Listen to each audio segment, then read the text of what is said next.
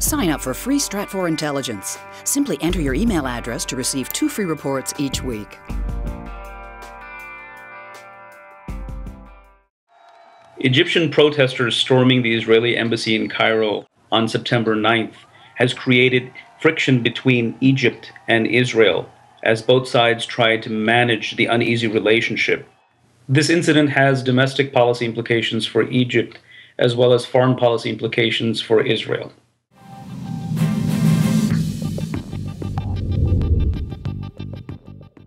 Egyptian and Israeli authorities are trying to put behind the incident that took place on Friday when several protesters stormed the Israeli embassy, forcing the Israeli ambassador and his family to return to Israel. Authorities in both countries are trying to manage the diplomatic relationship that has become tense given the fall of President Hosni Mubarak and the uncertain political conditions in Egypt.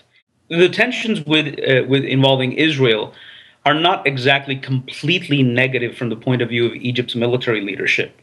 The Egyptian military authority is interested in delaying as much as possible the transition towards civilian rule. What that means is essentially postponing elections for as long as possible. Given the current mood within Egypt, the military government doesn't exactly have the leverage to be able to postpone those elections. That said, an issue like tensions with Israel can be used by the government in Cairo to be able to pull off that kind of postponement of elections.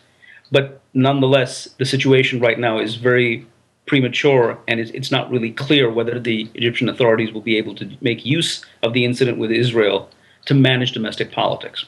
The tensions between Egypt and Israel come at a time when Israel is facing growing problems across its regional neighborhood. Israel has to worry about what is happening in Syria, what would be the fate of the embattled al-Assad regime that is facing protests of its own. At the same time, the Turkish government has announced that it is going to deploy its own naval forces in the Eastern Mediterranean, which essentially is upping the ante with Israel because Israel thus far has had freedom of movement in those waters.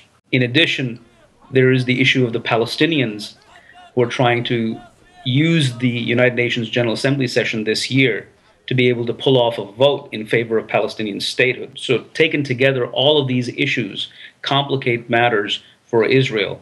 And the key pillar of Israeli security is Egypt and the relationship with Egypt.